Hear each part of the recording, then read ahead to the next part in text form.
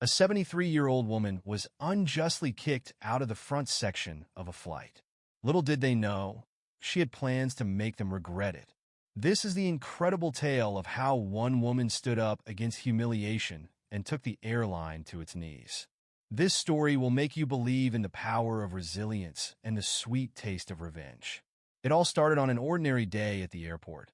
But for 73-year-old Eleanor Gray, this flight was going to be anything but ordinary.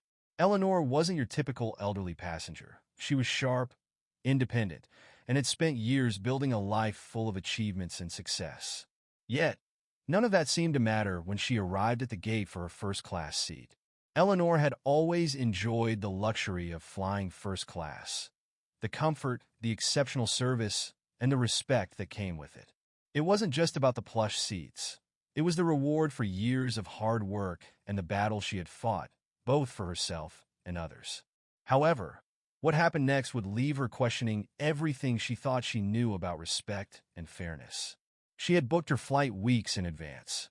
Her ticket was ready, her identification in hand, and her spirit full of confidence. But when she approached the gate, a young attendant barely glanced at her before going back to scanning other passengers' boarding passes. "Excuse me, ma'am," the attendant said, without looking up. "This is for first-class boarding only. You'll have to go to the rear of the plane. This area is for priority passengers." Eleanor froze. She wasn't a stranger to discrimination, but this felt different. She was being told to go to the back, the very back she had spent her life fighting against. The back she had refused to be relegated to, no matter her age, gender, or background. She wasn't going to let this slide. With determination in her step, she straightened up and addressed the attendant. "I have a first-class ticket," she said, her voice steady and strong. The attendant didn't even look at her. "Sorry, ma'am. The back is where you belong. Step aside for the priority passengers, please." Eleanor's heart raced with indignation, but she kept her composure. She knew exactly what she was up against. A young man blind to the struggles that had shaped her life.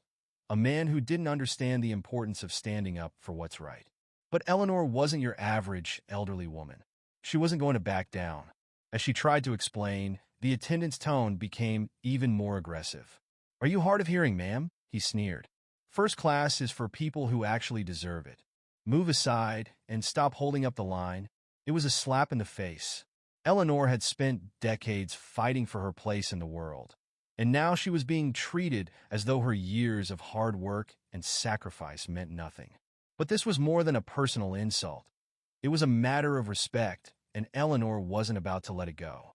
The next day, Eleanor walked into the airline's headquarters, her face calm, but her resolve ironclad.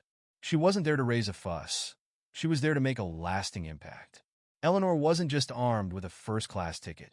She had something far more powerful, a plan that would shake the very foundation of the airline. She wasn't just fighting for herself. She was fighting for anyone who had ever been treated unfairly, regardless of their age or background. As Eleanor entered the sleek, modern office building, she walked confidently up to the receptionist. "I need to speak with your CEO," she said, her voice unwavering. The receptionist raised an eyebrow. "Do you have an appointment?" she asked skeptically. Eleanor nodded. "Yes, I do. I'm here to make a very important business proposal." "I'll wait." Reluctantly, the receptionist allowed Eleanor to sit. As Eleanor waited in the bustling lobby, she observed the busy employees rushing by, none of them taking a second glance at the woman who was about to change everything. Minutes dragged by, and then, finally, the receptionist returned with an uncertain look. "Miss Gray, the CEO will see you now." Eleanor followed her into the CEO's office, where a tall, sharply dressed man sat behind a polished desk, scribbling on a notepad. He looked up only briefly, his tone businesslike but dismissive. "Miss Gray, what can I do for you today?" Eleanor stood tall, her eyes locked onto his. "I'll make this simple," she said. "You run an airline, but you clearly don't run it with the kind of respect I expect. Your staff has shown me that people like me don't belong in first class, no matter what the ticket says. But I'm here to change that. I want to buy your airline." The CEO blinked in disbelief. "What? Do you realize what you're asking? You can't just buy an airline out of the blue." Eleanor wasn't deterred. I don't care about your excuses or your bureaucracy. I'm here to make things right, and I have the resources to do it. If you don't believe me, check the paperwork. I've already started the process." The CEO stared at her, speechless for a moment. Eleanor wasn't joking. She wasn't there to beg for justice. She was there to take back what had been taken from her dignity, her voice, and her respect. Within days, the news spread like wildfire. Eleanor Gray, the woman who had been humiliated in first class, had bought the entire airline. Her story made headlines, flooded social media, and shocked the entire world. The same airline that had turned her away was now under the control of the woman they had tried to silence. Her first action as CEO? Firing the attendant who had disrespected her. It wasn't just about personal retribution. It was about sending a message that no one should be treated with such arrogance or disrespect, especially because of their age, gender, or appearance. The public reaction was swift and furious. People applauded Eleanor's courage, and it wasn't long before the airline had to announce a complete overhaul of its customer service practices. Eleanor's victory was personal, but it was also a victory for anyone who had ever been dismissed, overlooked, or made to feel inferior. She didn't need the wealth, the power, or the recognition. What she needed was to show that respect is something that everyone deserves, no matter their age or background. Standing before the media as the new CEO of the airline, Eleanor made one thing clear. Respect isn't something you earn with a title. It's something you earn through your actions. From that moment on, the entire company, from the executives to the flight attendants, knew exactly what was expected of them. Eleanor's message was unmistakable. If you don't stand for respect, I'll make you stand down. Eleanor wasn't just a woman who bought an airline.